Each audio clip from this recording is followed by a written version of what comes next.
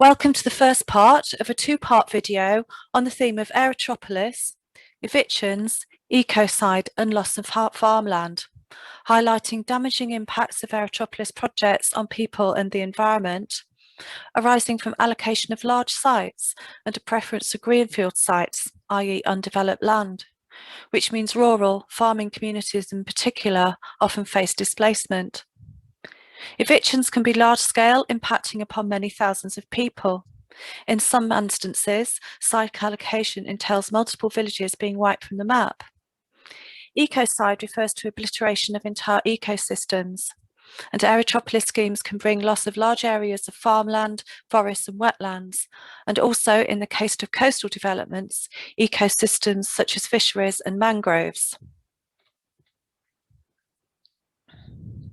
An aerotropolis, loosely defined as an airport surrounded by commercial and industrial development that to varying degrees is integrated with airport operations, can also be referred to as an airport city, an air city, Aerocity, Sky City, and in one instance in this video, an airport employment growth district. This two-part video covers a lot of ground, looking at 28 Aerotropolis projects around the world at various stages of planning and construction. There are many struggles for justice, with effective communities opposing airports and associated aerotropolis development, resisting destruction of ecosystems and eviction, and struggling for fair compensation and rehabilitation. In the video description, you'll find a link to a comprehensive list of references for all the information sources, including photos and other images. A note regarding the scale of Aerotropolis sites: the land area of the world's busiest airport provides a useful comparison, and that's Atlanta Airport in the US, which handled over 110 million passengers in 2019. This airport has a 1,900 hectare site. Many of the Aerotropolis sites featured in this video are far larger. And in many countries, Aerotropolis projects are among the largest, highest priority mega projects being pushed by government and corporations and allocated the biggest budgets. I'll start in Indonesia, looking at the site of new Yogyakarta International Airport. The site was farmland spanning 6 villages in Kulon Progo on the southern coast of the island of Java. 11,500 inhabitants were displaced. Most had made their livelihoods from agriculture and fishing. Beginning in 2012, hundreds of people resisted eviction, and there was a broader anti-airport movement involving farmers, residents, activists and students. There were many series of demonstrations, obstruction of land clearance, protests such as roadblocks, and awareness raising such as street art. I'll show a photograph from a protest in 2015 when many farmers were lying down, blocking the road, holding fruit and vegetables from their farms, which can be translated at the bottom. Most of the Kulon Progo coastal areas are arable agricultural land, producing a number of crops such as melons, watermelons, chilies and other vegetables. Authorities committed repeated acts of repression, intimidation and violence against residents resisting eviction and their supporters. The most serious incident was on 16th of February 2016, when residents objecting to boundary demarcation were subjected to a brutal attack by the police and army. People were punched, kicked and choked, causing them to faint. The case was taken up by the Asian Human Rights Commission. Eviction for the airport proceeded in phases, and supporters of the airport project worked to divide the community, widening social, economic and political rifts. And there are reports that residents agreeing to vacate their land received favourable treatment. And this is a photo from one phase of the eviction from 2017, showing bulldozers clearing an area of farmland.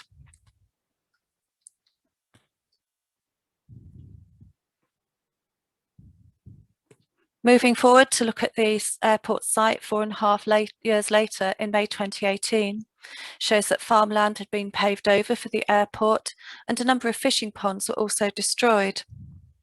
Coastal ecosystems were damaged, and there were concerns that loss of sand dunes would remove protection from flooding. Under pressure on water supplies if groundwater were used to supply the airport, which is estimated would require over 2.2 million litres of water per day. Phased eviction continued in 2018. This photograph from January 18 showing residents resisting bulldozers clearing land. And then again in June 2018, people resisting land clearance and defending their land. Over time, the number of families resisting eviction for the airport gradually reduced to just 15. Their houses demolished, they were living in tents within the airport area amid high levels of dust from construction.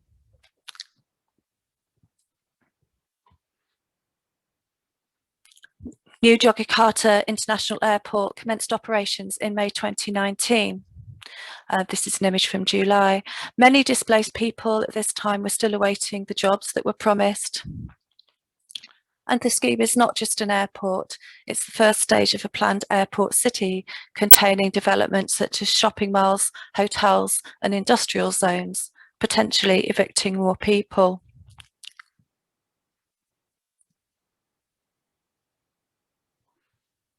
An artist's rendering showing future development in land from the airport here comes from the property division of Angkasa Pura, the state airport operator.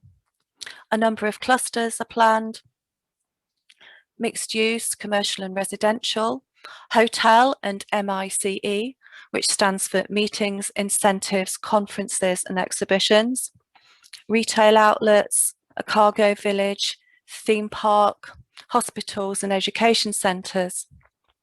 The presence of flocks of birds in the images is unrealistic, as airports have complex programs to deter birds from the sites in order to reduce the risk of bird strikes, collisions with aircraft that can cause accidents. A schematic by Harmac, a construction firm, also indicates development on areas around the airport, an airport city, and areas called Airport Central, Aerotropolis Central, Aerotropolis West, Aerotropolis North and East.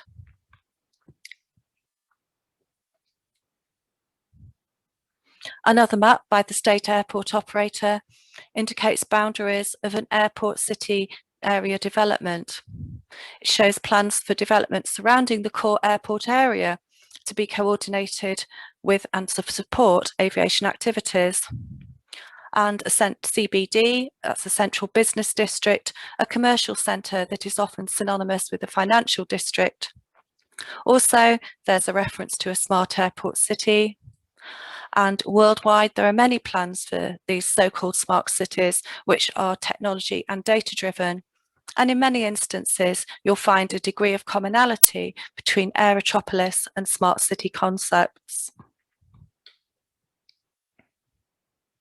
I'll overlay the airport city area development graphic on a base map of the area and digitize the boundary. And then remove the map to reveal the aerial imagery, which indicates a total affected land area of approximately 4,280 hectares.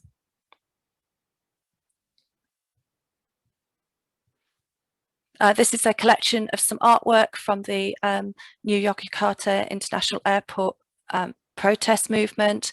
At one point, an exhibition of such artwork was banned by authorities, an example of repression of opposition to the airport project. The red "No Airport" poster also reads "No Airport City." The text on the poster with the plane in the plate can be translated, "Without farmers, you eat what?" because there are food security concerns over loss of crops caused by building an airport on agricultural land.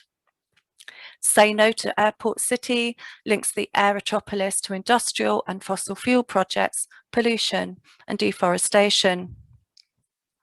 Melons, a key crop from the area, are depicted destroying a plane and being held up with a pair of hands, with statements condemning destruction of the environment and a community that is healthy and prosperous without an airport. The prominent role of women farmers in resisting eviction for the airport city is highlighted. And on the bottom right, a poster reads, "No NYIA and no BIJB, say no to Aerotropolis." It's linking to the campaign against another Aerotropolis known as BIJB, where farmers and villagers were also resisting evictions and oppression. BIJB is also known as Kertajati Airport, and it's also on the island of Java, less than 200 kilometres away. A photograph from July 2016 shows construction of the airport terminal with farmland in the foreground. An artist's rendering of the airport on a 1,800 hectare site emphasises surrounding farmland. A land acquisition plan from 2017 to 18 illustrates land being acquired for the airport in phases from several administrative areas. And BIJB is not just an airport. An adjoining Aerocity development is planned, as shown in this infographic from BIJB Aerocity Development and Investment Company, from a promotion to potential investors, inviting involvement in planning, financing, constructing and operating an Aerocity. Colour-coded zones are highlighted for aerospace, logistics, energy, business park, warehousing and residential areas. And the accompanying documentation also mentions tourism-related development, for example, a theme park and hotels.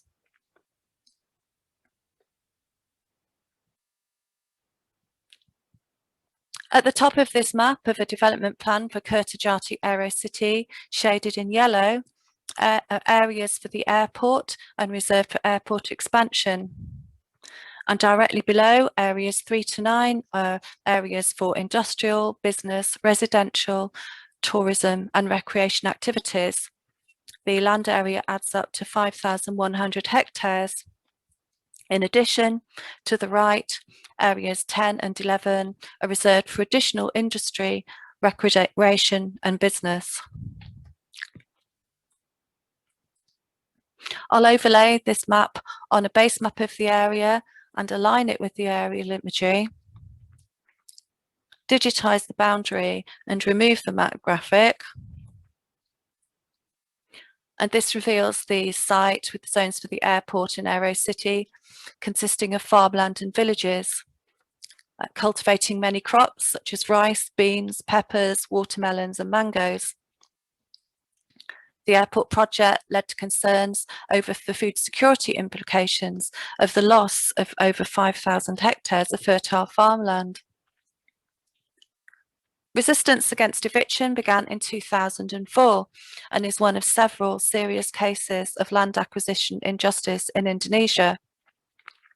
On 18th of November 2014, police fired tear gas and rubber bullets at residents attempting to prevent officials from accessing villages to measure land for the project.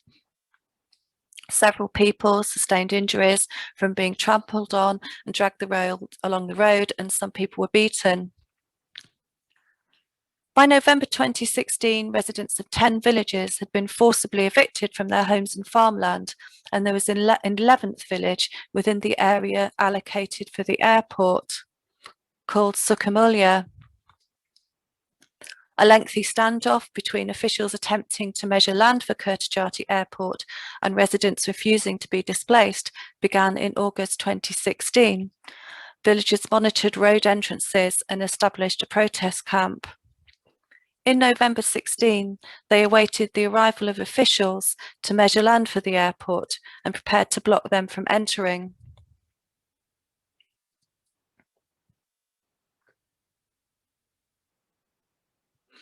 On 17th of November 2016, 2,000 police were deployed to enforce land measurement and inflicted brutal treatment on land defending protesters. Tear gas was fired, 12 people were injured, some were beaten, with one suffering an open head wound from forceful blows to the head. Photos at the top show people fleeing from tear gas, and below, a month later, a BIJB video showed progress in construction of a runway and a taxiway.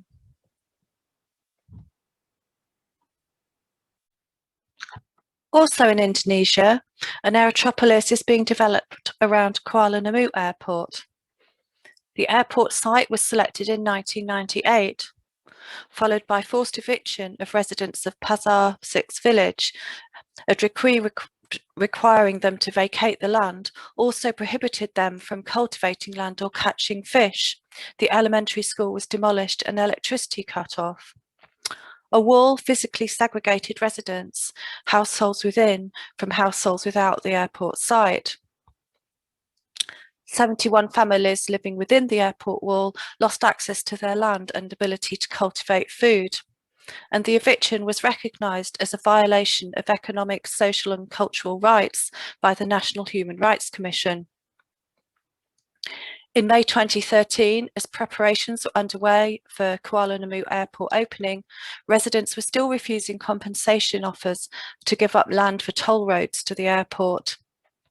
Then in 2016, a rail link to the airport triggered more evictions and protests.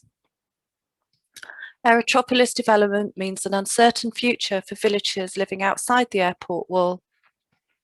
In 2018, commercial developers began utilising remaining land to build an airport city, including hotels, hypermarkets, office buildings, theme park, golf course, food arcade, convention centre and a cinema. As of 2020, only a few of the residents displaced for the airport had received compensation, a minimal amount of land, insufficient to build a house, and of unclear tenurial status. In South Korea, a feasibility study for a second airport on Jeju Island began in 2014. With an estimated budget of $3.5 billion, the airport is the biggest project in the island's history. And an air city complex is planned around the airport with shopping malls, convention and financial centres. A promotional image depicts the airport and air city. Located near Sunrise Peak, a key feature of the area's dramatic volcanic landscape and a UNESCO protected area.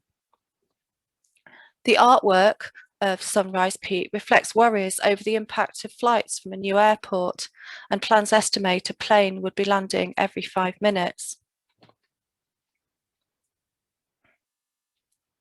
An airport location map highlights the proximity of the site to Sunrise Peak. The affected area consists of coastal farmland and villages, and a total of 5 villages are affected. The proposed airport site is shown on this map with the grey area. It's not easy to see on this faint image, so I'll outline the boundary.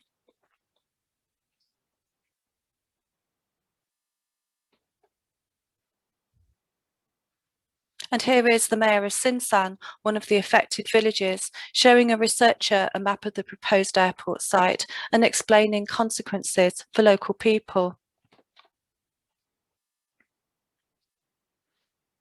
The second airport project was imposed without consultation or debate with local people who would be impacted, causing distress at the prospect of being forced to relocate. The 5 affected villages were bedecked with anti-airport flags and posters, and also, shown in this photo, one of the many banners extending 20 kilometres along the road through the villages.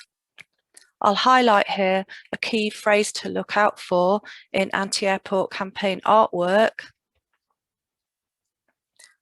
which can be translated, "Stop the second airport."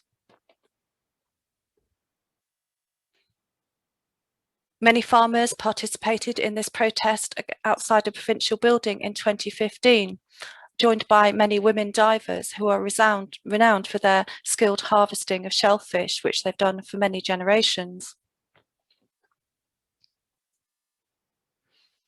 Here are some photos of other protests. On the top left, women protesting against the second airport in 2017. And also a protest camp outside government offices. This photograph is from 2017 and the camp was sustained for over 40 days. and it's been one of a series of long-term protest camps against the airport in 2019 and again in 2020. On the bottom right is a photo of one of many hunger strikes opposing the airport, and there have been a number of hunger strikes, some of which have been repeated and prolonged. And on the bottom left, the people shaving their heads to show opposition to the second airport were part of a demonstration by Seongsan Village Committee opposing construction of the second Jeju Airport.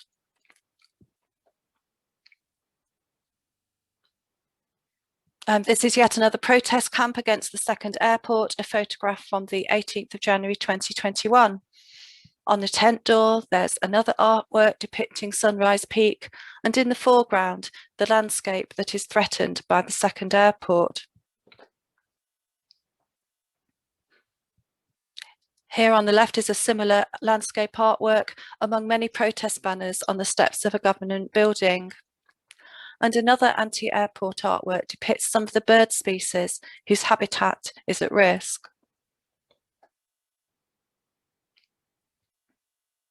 There's also resistance against road widening to access the new airport, a project that involves felling many trees in Bhogapuram forest, which is one of the largest nutmeg forests in the world, where many trees are between 500 and 800 years old. Felling of forest removes habitat supporting many species, and some of these species are depicted here, birds, beetles and frogs, in these banners attached to trees in Bhogapuram forest.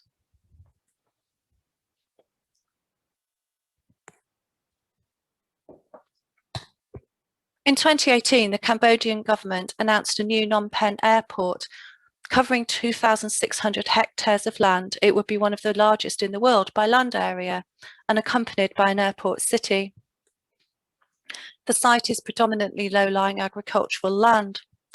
Villagers were shocked by sudden news of the airport project, along with publication of site maps that included land they have lived on and cultivated for over 2 decades, although the ownership is disputed. Shown on the left, a map of the land earmarked for the airport and adjoining Airport City, with an inset map showing that the location is on the northwest shore of a lake.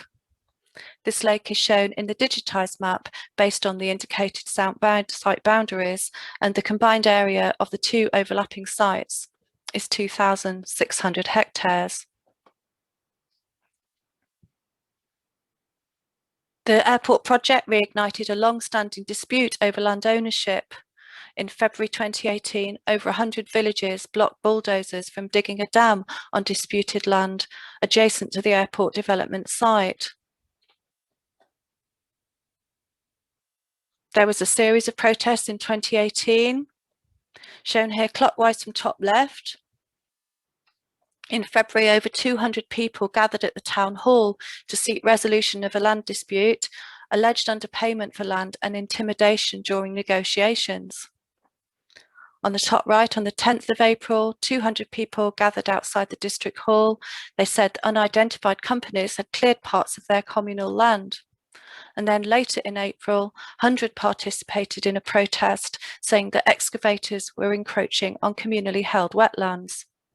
And finally, on the bottom left, in June, about 800 people representing over 2,000 families gathered to file a complaint against companies clearing land. In December 2019, airport construction was reported to be on schedule for completion by 2023 if there were no issues with land, such as land disputes. But airport developers admitted they were still negotiating with people affected by construction. Land disputes continued. By August 2020, some landowners had accepted payouts, others refused, asking for higher compensation. One woman spoke of a need for a proper solution so people could use the money to buy land for farming and to feed their children. Another resident said authorities had blocked a canal, preventing farmers from accessing water to irrigate their crops. 50 villages submitted a petition, and a previous petition had gone unanswered.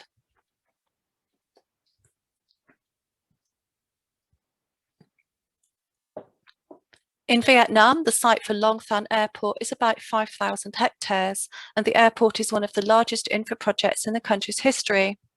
The map pictured is from May 2019, as land clearance was underway. Over 4,700 households and individuals and 26 organisations must relocate to make way for the project, and approximately 15,000 people in total are affected by this relocation project. About 70% of these are farmers, the remainder work at rubber farms or have other jobs. The airport is part of a larger plan for an aerotropolis, for development surrounding the airport, as indicated in this infographic for the Long Thanh Aerotropolis master plan. In this digitised map based on the 2007 Long Thanh Aerotropolis spatial plan, the pink outline shows the boundary of the proposed airport, and the orange outline the total master plan boundary, and indicates that the total land area is approximately 221 square kilometres. On the left at the top are rubber plantations to be cleared for Long Thanh Airport, and below households along a provincial road that will have to relocate. And on the right are two photos of one of the communities to be resettled. Displaced people are being rehoused and rehabilitated with new homes in two designated resettlement areas, totaling 564 hectares. And there's a complex site clearance process, and the airport project has been planned for over 20 years. The Soi Trao commune will be wiped from the map, requiring the relocation of 5,800 people. For some residents, 20 years of airport planning has meant 20 years of miserable conditions. In May 2019, authorities had not yet paid compensation. Most people grow crops such as cashew, cassava and rubber, but the airport plan meant no one dared to invest in farming. For example, a cashew garden was left barren for years as the bank wouldn't lend against it. Many essential facilities were neglected, leaving residents with no local market to buy provisions. Unmaintained roads were dusty in dry season and muddy in the rain season. Many residents left the area to get jobs elsewhere. This photograph is one of several abandoned houses. But many remaining residents were unable to repair or renovate their homes as construction work was forbidden. Many were left living in dilapidated homes with cracks in the walls. By October 2020, 1,800 hectares of land had been cleared for the first phase of Long Thanh Airport. 1,200 hectares of this land was rubber plantations. Construction of the airport began on 5th of January 2021.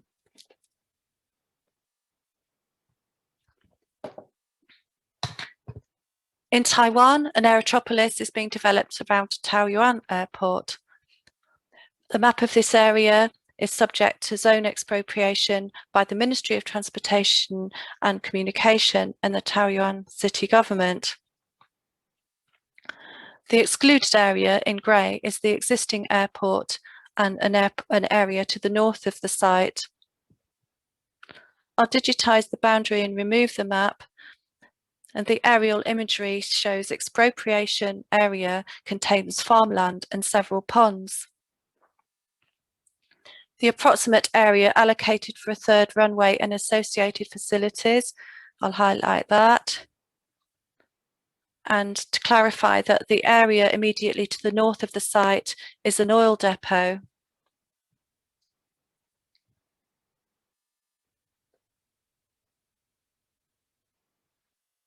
A map of the Aerotropolis site appears in this photo from a protest against the project in July 2014. One of many protests against the project over land acquisition, displacement and inadequate compensation.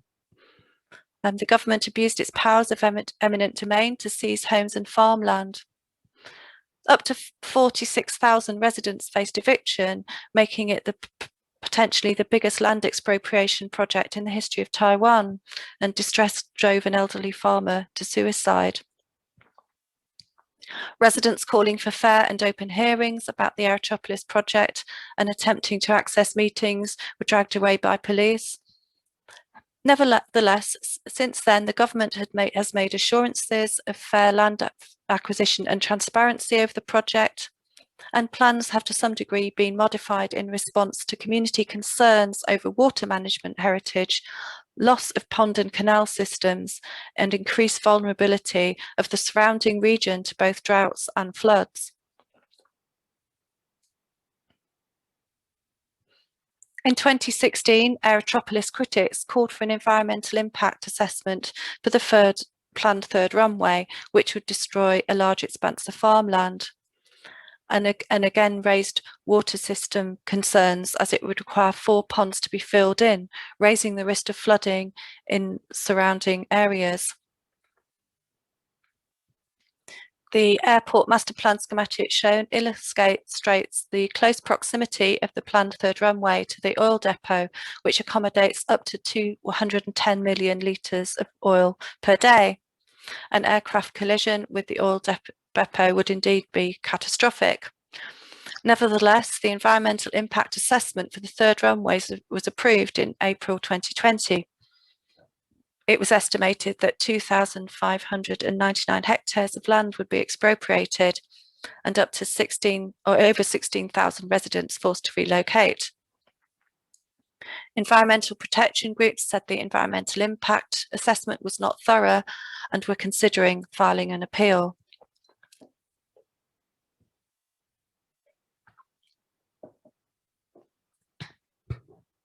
In Malaysia, plans for an Aerocity at the proposed Kulim Airport, an airport precinct that would accommodate all industries related to air transportation, were announced by the Kedah state government in 2014.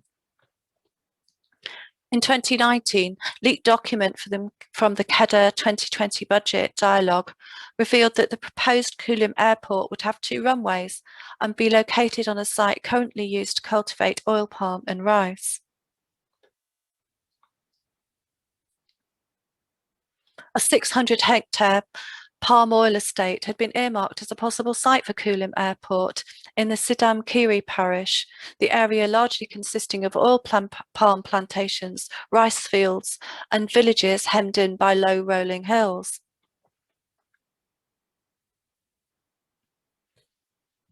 The project is also referred to as KXP AirportCity, and a map indicates the proposed site.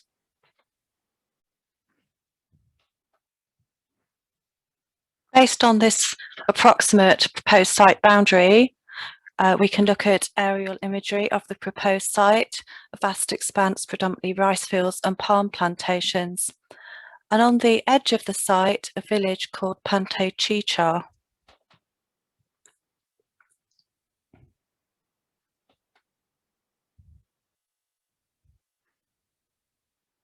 And here's a notice calling for participation in a protest rally against Kulim Airport, also known as KXP AirportCity. Translated into English, the notice reads, Kulim Airport Project Protest Rally, date 28th of February 2020, day Friday, time 2:15, place junction into Pantai Chicha village, Sungai Petani. Why is the village affected? Do not take our village.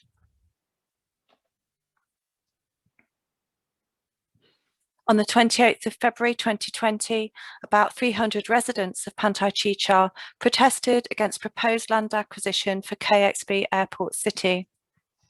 Earmarked land included land in the village which had been established almost 100 years ago.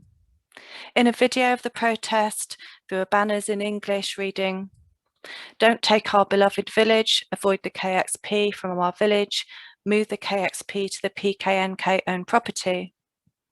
Don't disturb our community with new airport project. Our land for next generation and not for new KXP city and airport. We love, stay unity, please don't divide us with split settlement. We do not need new airport at this moment. And also dealing with bias, not our culture."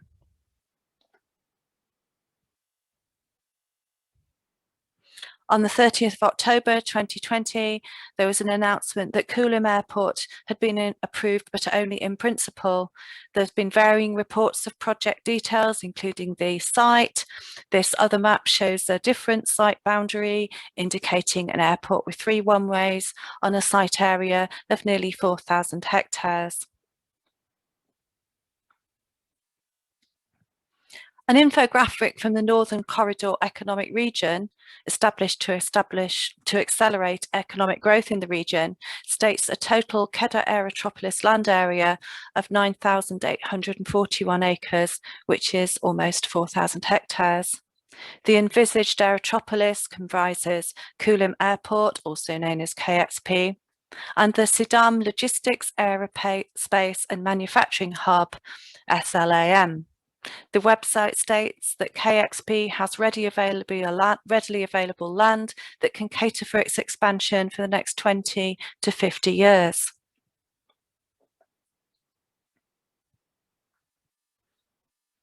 Here's an artist's rendering of what is known as India's first aerotropolis in West Bengal, going by several different names, here being called Sujalaam Sky City Aerotropolis, also referred to as Andal Aerotropolis, as Qazi Nazrul Islam Airport, a domestic airport. This Aerotropolis plan is somewhat atypical. There's more of an emphasis on residential areas, as well as the more standard Aerotropolis components that are emphasised, elements such as a theme park, hotel, shopping mall, logistics hub, IT park, and a golf course. Resistance against land acquisition for the project began in 2005, and the project was stalled by agitating landowners on several occasions. The West Bengal government acquired land in 12 musas, that's administrative districts, for the project. I'll indicate the area allocated for the runway on aerial imagery from 2010. But a large area was allocated for Aerotropolis development, and a total of 18,000 people were affected by land acquisition. That's landowners and also sharecroppers, tenants cultivating land in return for a share of crops produced. In a fact-finding report by Sanhati, researchers visited villages in the affected area and documented their concerns over lack of transparency and community involvement in the land acquisition process. While some landowners were willing to give up land, people working on the land were less so, were worried about the loss of livelihoods and were not eligible for compensation. In the Kandra village in this area, one landowner said, the larger plots whose owners do not reside in the area, it is they who are eager to sell their lands. In the Pauri village in this area, a villager said, a nameless fear is in everyone's mind. If an owner refuses to sell and his neighbours do sell, he would no longer be able to access his land. In May 2011, over 450 farmers from this area, the Tamale, Andal, Badur, Dupchururia and Duxin Kanda villages, whose land was taken for Andal Aerotropolis, demarcated their plots with bamboo poles and guarded their land around the clock, demanding higher compensation.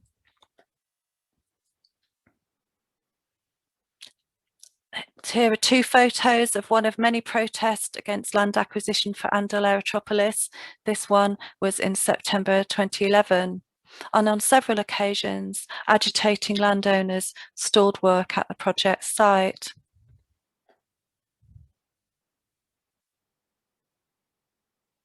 Andal Airport was inaugurated in 2013 with plans for a township industrial park. The 2020 aerial imagery shows that the runway is in place and some associated Aerotropolis development, but agitation and protests over the land continued. For example, in November 2019, landowners whose land Andal Airport was built on protested against the authorities, blocked road to the airport. And then another protest in January 2020, people demanding compensation, including for sharecroppers and farm labourers. They said that 600 farm labourers and 1,500 squatters did not receive any compensation, and also that the training and employment that had been promised at the airport had not materialised.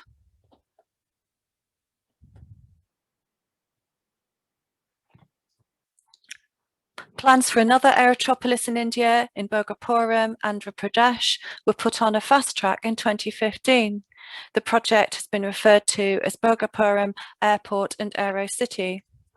A map of the proposed site was published in the February 2017 revised master plan.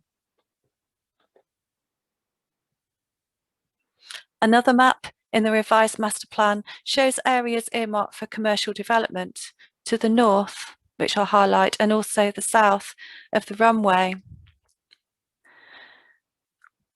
Resistance against acquisition of farmland achieved a substantial reduction in the land area allocated to the project. Initially, the proposed site was 6,000 hectares, with 1/3 of this area to be returned to landowners as developed plots under what is called the land pooling system.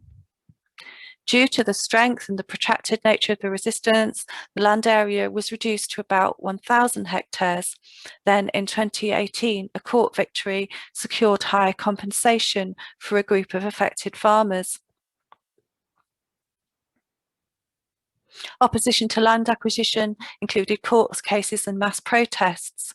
For example, 3,000 people participated in a roadblock protest in April 2015, and that was one of a series of major protests against land acquisition in that year. On the left, photos from July 2015.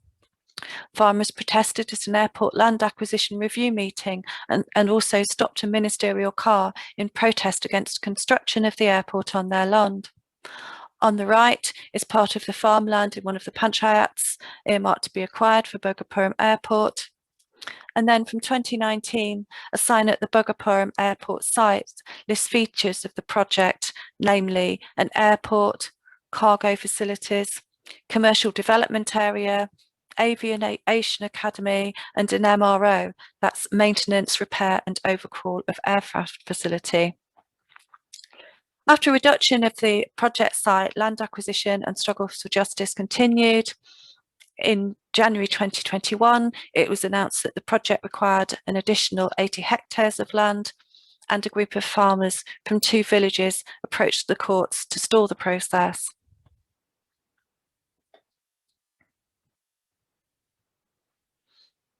In 2015, the Rajasthan state government instructed Jaipur Development Agency to acquire over 2,100 hectares for a greenfield airport, also referred to as Shivdaspura Aerocity, a project comprising an airport, along with hotels, shopping malls, restaurants, cinemas, and a cargo hub. The Times of India reported that the fate of farmers hangs in the balance and that a sword of eviction hangs on 20 villages. And the photo on the right is a major protest by farmers and residents against land acquisition that took place in January 2018 and was one of a series of protests in 2018 and 2019. A report by Land Conflict Watch showed that land acquisition could affect 80,000 people. Jaipur Development Agency had begun acquiring land in the name of an airport in 2005. And reserving land for the airport for such a long period, even though the state government had not decided whether to proceed with the project, meant landowners were unable to develop or sell their land, for which they had not been compensated. But in August 2020, after 16 years, with no government approval for the airport, the state government decided to free the land that had been reserved for it, and farmers were relieved to get their land back.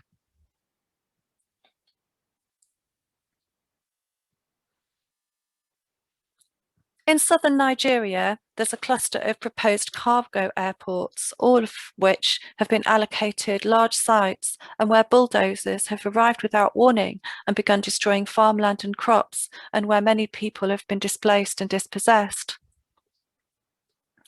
Clockwise from top left, for Ekiti Airport, bulldozers arrived without warning and began clearing 4,000 hectares of land, destroying farmland and trees, and 10 farmers reportedly died of shock because of this. But affected farmers achieved a major court victory when all their claims about the state government were vindicated and the project was stalled. In Abudu, villagers were awoken by earth-moving equipment clearing the site for a major cargo airport. People were arrested and offered very low compensation, and protesters were intimidated and arrested. And land clashes got very serious. On the 2nd of March 2020, a woman was killed in a clash over compensation for land. In Abunyi, women were especially badly impacted by land acquisition for a proposed cargo airport.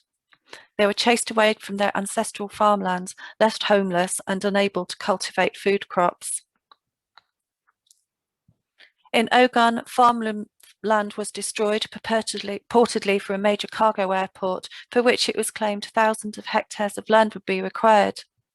In 2018, it was estimated that 5,000 people from 20 villages could be affected by the project. And then another proposed cargo airport in Anambra, which is also referred to as Anambra Airport City.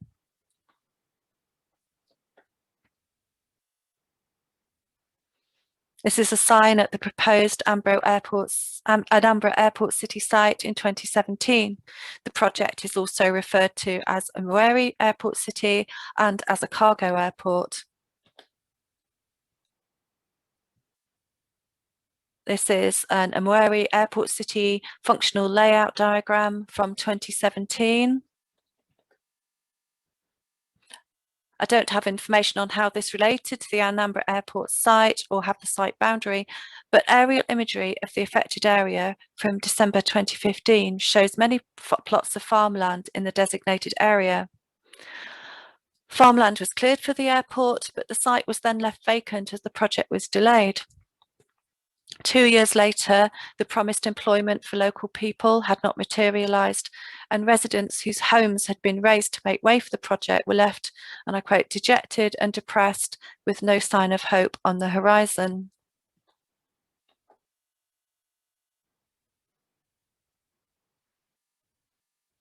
And here's an aerial image dated February 2020 as airport construction is underway and showing the large area of farmland that has been cleared. The state governor claimed the airport would have the second longest runway in Nigeria after the main airport in Lagos. Expansion of the site was reported to be triggering conflict in several neighbouring communities, and pictured a farmland and piggery on land claimed to be outside the airport boundary, where bulldozers to clear land for the project arrived but were chased away by youths. There are claims of land grabbing for the airport project, leaving farmers with nothing to survive on, effectively refugees on their own land, and suffering dispossession and hunger.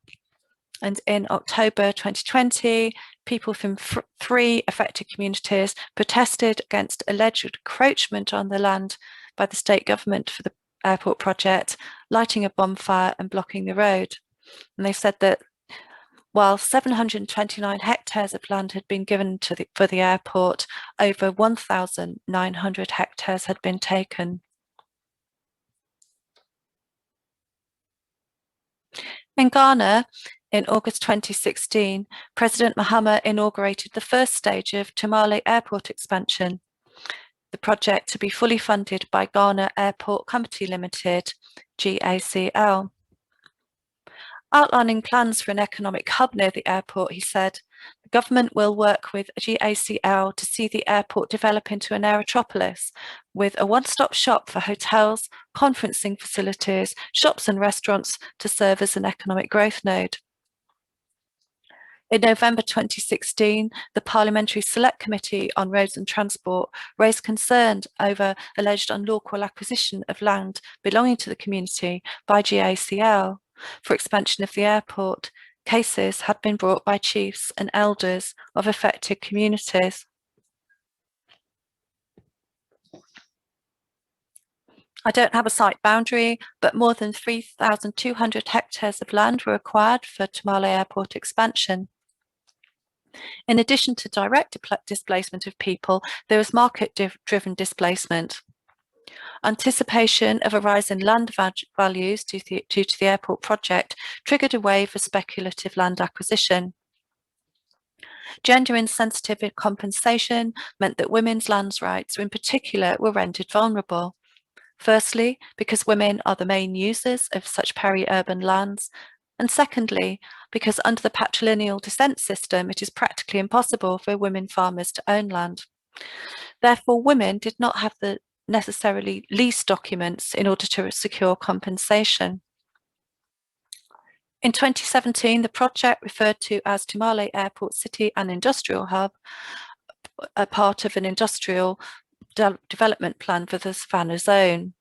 In May 2019, construction of new Tamale Airport Terminal was scheduled to begin the following month to have a capacity for 660,000 passengers per year, and also intended to facilitate export of agricultural products such as shea butter, cashew nuts, and mangoes. The possibility was raised of larger scale economic development around the airport. In 2020, the senior economist at the Office of the Senior Minister called for a new capital city around Tamale Airport, saying that the government could acquire land 5 times the size of Heathrow or Dubai airports at little or no cost. With the land acquired for expansion, Tamale Airport is already larger than both of these major airports.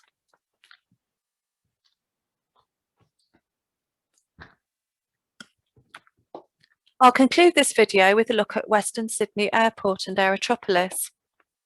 On the left are artist renderings, well, a sign on the airport site and artist renderings of the airport surrounded by logistics buildings, and also some futuristic gleaming tower blocks surrounded by fields and woodlands. There is notably high levels of government funds for the project. Federal funding for the airport amounts to approximately 5.3 billion Australian dollars. That's about 4.1 billion US dollars. Government funds have also been allocated for surface transport links for the rail project, Western Sydney Metro, about 5.25 billion US dollars. That's about, of Australian dollars, that's about 3.7 billion US dollars. And a road to the project allocated approximately 1.8 billion Australian dollars. That's nearly 1.3 billion US dollars. A map of the Aerotropolis site shows the airport with an airport core, a northern gateway area, transport corridors, and in green, a zone for agribusiness. There are plans for exports of agricultural products. I'll overlay this Aerotropolis map on a base map, noting that the site area is approximately 11,000 hectares.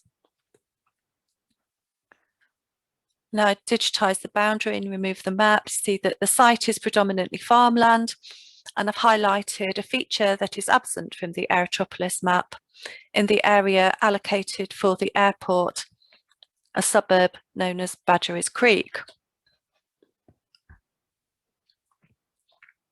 This community is being wiped from the map to make way for Western Sydney Airport. In 1981, 1,560 people lived in Badgerys Creek. Airport plans led to 40 years of uncertainty for residents, and over the decades, the looming foreclosure took its toll on the farming suburb. In October 2014, 163 tenants were instructed to leave the site within 8 months to make way for the airport. About a dozen residents mounted a legal challenge against forced evictions. But by June 2015, all that remained were crumbling, boarded up houses, burnt out cars, and piles of rubbish. And also on the bottom there is a photograph of bulldozers demolishing a home. Properties were also expropriated for the road to the airport, including 40 farms and orchards. But not all residents and landowners lose out from land acquisition for infrastructure projects. Some landowners made willful gains from federal government purchase of land for the airport. These substantial private profits had been gained via public funded development. For example, the government paid 30 million Australian dollars for a plot of land for expansion of the airport far into the future, a second runway not envisaged to be built until after 2050.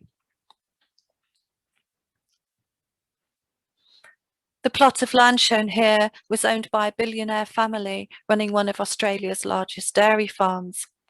An investigation by the Australian National Audit Office found that this amount was 10 times its value, and this substantial overpayment came at the expense of taxpayers.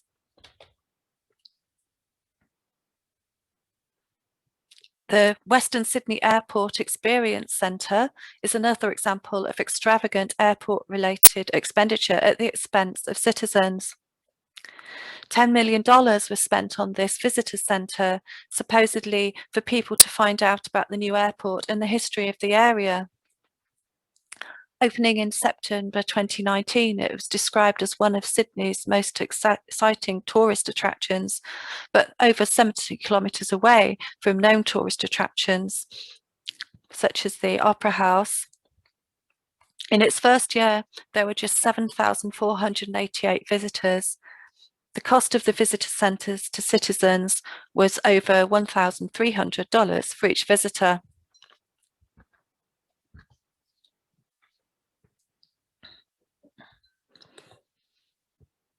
A photograph from September 2020 indicates the scale of land clearance making way for airport construction, with hundreds of earth-moving machines on the site. By January 2021, 1,200 hectares of land had been cleared for the airport. More than a quarter of this land had been a habitat for native vegetation, and also a further 74 hectares of native vegetation had been bulldozed for the road to the airport. Residents living in communities surrounding the airport site said land clearance was displacing wildlife. They reported more animals, including kangaroos, appearing on their properties, and an increase in animals being killed on new and upgraded roads. Conservation groups said destruction of wildlife corridors was leaving animals isolated on small pockets of bushland. I'll end part 1 of the video here. Thank you for watching. Your comments and feedback are very welcome. I'll remind you that in the video description, there's a comprehensive list of references for the source material for this video. I'll mention upcoming videos in this series. The second part of this video about the evictions, ecocide and loss of farmland impacts of Aerotropolis projects, looking at more examples of large-scale evictions and destruction of ecosystems with a focus on deforestation and land reclamation impacts of projects in coastal areas. The next video will examine the proliferation and implications of airport and Aerotropolis linked SEZs, that's special economic zones. Also referred to as free zones, free trade zones, special economic zones are characterised by tax breaks, other subsidies, and a regulatory regime benefiting big business and corporations and international trade.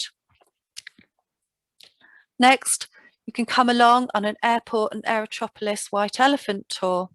Virtual visits to a multitude of defunct, abandoned, underutilised and mothballed megaprojects all over the world, and built at vast public expense, running into billions of dollars. These are airports where lack of air traffic predates plummeting air traffic worldwide since the COVID-19 pandemic. Examining these white elephants helps us gain insights into the political and economic drivers of airport and Aerotropolis schemes, which is relevant to the topic of the next video, aviation expansion in the COVID-19 era, examining why, even with empty airports and grounded aircraft, when the feasibility of aviation expansion is ever more doubtful, Planning, funding and construction of new airports, airport expansions and Aerotropolis projects continues. Indeed, many projects have been expedited since the pandemic and many new projects have been announced. And evidence is piling up that the response to COVID-19 has galvanised, not constrained, aviation expansion. Finally, do visit our website with information built up over nearly 6 years. For more frequent updates, follow us on Twitter and Facebook, and do subscribe to this YouTube channel if you'd like to receive notifications of future videos. Finally, please consider making a donation to support the work, including research, writing, networking, website development, virtual attendance at events, and producing videos.